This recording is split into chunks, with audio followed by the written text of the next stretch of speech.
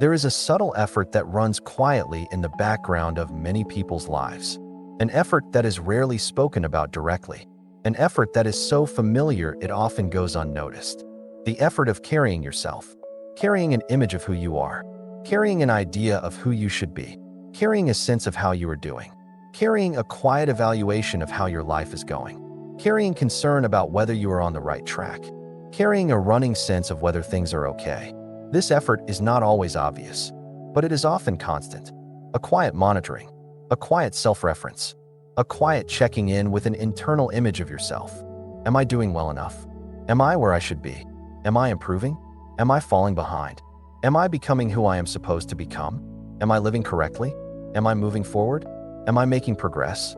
Am I making mistakes? Am I doing enough? Am I enough? This kind of internal self-monitoring can feel responsible. It can feel like awareness.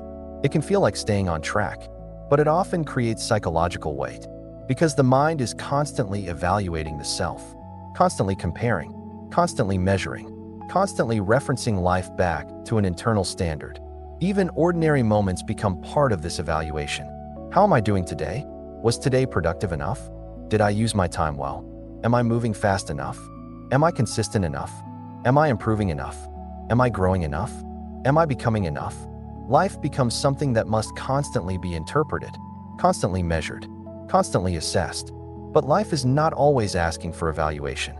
Often life is simply asking for participation. Participation does not require constant self-measurement. Participation requires presence, attention, engagement, response. But when the mind is constantly monitoring the self, attention is divided. Part of attention is on the activity. Another part of attention is on how the activity reflects on the self.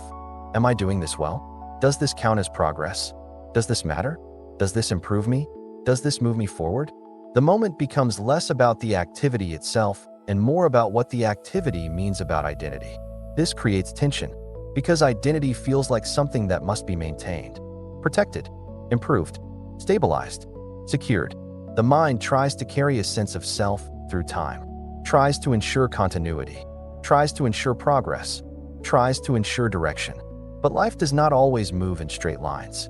Growth does not always feel consistent. Progress does not always feel visible. Clarity does not always feel stable. Trying to constantly maintain a sense of identity creates pressure because identity becomes something that must be continuously managed. But what if this effort is not required? What if life can move without constantly carrying an internal image of yourself? What if participation does not require constant self-reference? Consider moments when you were absorbed in something, fully engaged, focused, interested, present. In those moments, the sense of self often fades into the background. Attention is simply on what is happening, on the conversation, on the activity, on the experience. There is no constant internal commentary about who you are in that moment. No constant monitoring, no constant measuring, and yet participation continues. In fact, participation often becomes more fluid, more responsive, more alive, because attention is not divided, because energy is not being used to maintain an internal image. The effort of carrying yourself often goes unnoticed because it has been happening for so long. But when this effort softens, something surprising often happens. Life feels lighter, more immediate, more direct, because attention is no longer occupied with constant self-reference. Many people feel tired not because of what they are doing, but because of the constant effort of maintaining a sense of identity, maintaining a sense of progress, maintaining a sense of control, maintaining a sense of direction, maintaining a sense of meaning, maintaining a sense of self. But not every moment needs to confirm something about who you are. Not every action needs to support an identity. Not every experience needs to contribute to a personal narrative. Some moments can simply be lived, without evaluation, without interpretation, without measurement. Participation does not require constant self-definition. Life can be experienced directly without needing to turn every moment into a statement about identity. You can have a conversation without needing to assess how you are coming across. You can complete a task without needing to evaluate what the task says about your discipline. You can spend time with family without needing to evaluate whether you are doing it well enough. You can relax without needing to justify the relaxation. You can make progress without needing to constantly confirm that progress is happening. The mind often tries to hold a continuous story about the self, a story that connects past, present, and future into a coherent narrative. But maintaining this narrative requires effort, constant interpretation, constant comparison, constant evaluation, constant updating. But life does not always need a continuous narrative in order to function. Many actions occur naturally. Many decisions occur practically. Many responses occur intelligently, without requiring constant self-reference. When the effort of carrying yourself softens, participation often becomes simpler, clearer, less burdened. Because attention is free to engage with what is actually happening, rather than constantly referencing an internal image. This does not mean identity disappears. Practical identity still exists.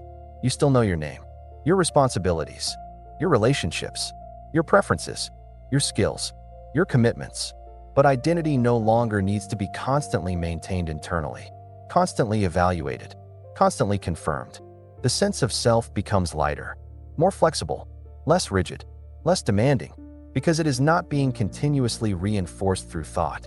Many people carry pressure related to who they believe they should be, where they believe they should be, how they believe life should be unfolding. These internal expectations create tension, because reality does not always match the internal image. Trying to constantly align reality with an internal ideal creates strain. But when the need to constantly manage identity softens, flexibility increases. Adaptability increases. Acceptance increases. Learning increases. Because attention is no longer dominated by comparison between reality and expectation. Life can unfold without constant internal resistance, without constant self-correction, without constant self-evaluation. The end of carrying yourself does not mean becoming passive. It does not mean losing direction. It does not mean losing motivation. It means motivation is no longer driven by fear about identity.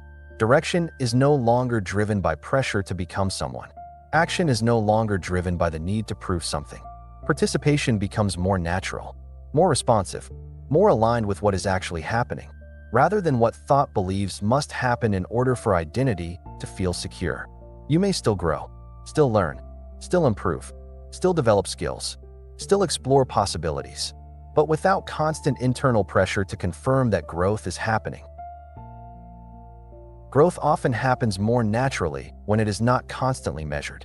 Skills often improve more smoothly when not constantly evaluated. Understanding often deepens more easily when not constantly forced. Many processes unfold gradually, quietly, subtly. Not everything needs to be tracked, measured, confirmed. Sometimes change happens without constant awareness of change. Looking back later, progress becomes visible, but during the process, constant measurement may not be necessary. The effort of carrying yourself often includes constant internal commentary. How am I doing? Am I improving? Am I succeeding? Am I moving forward? But participation does not require constant commentary.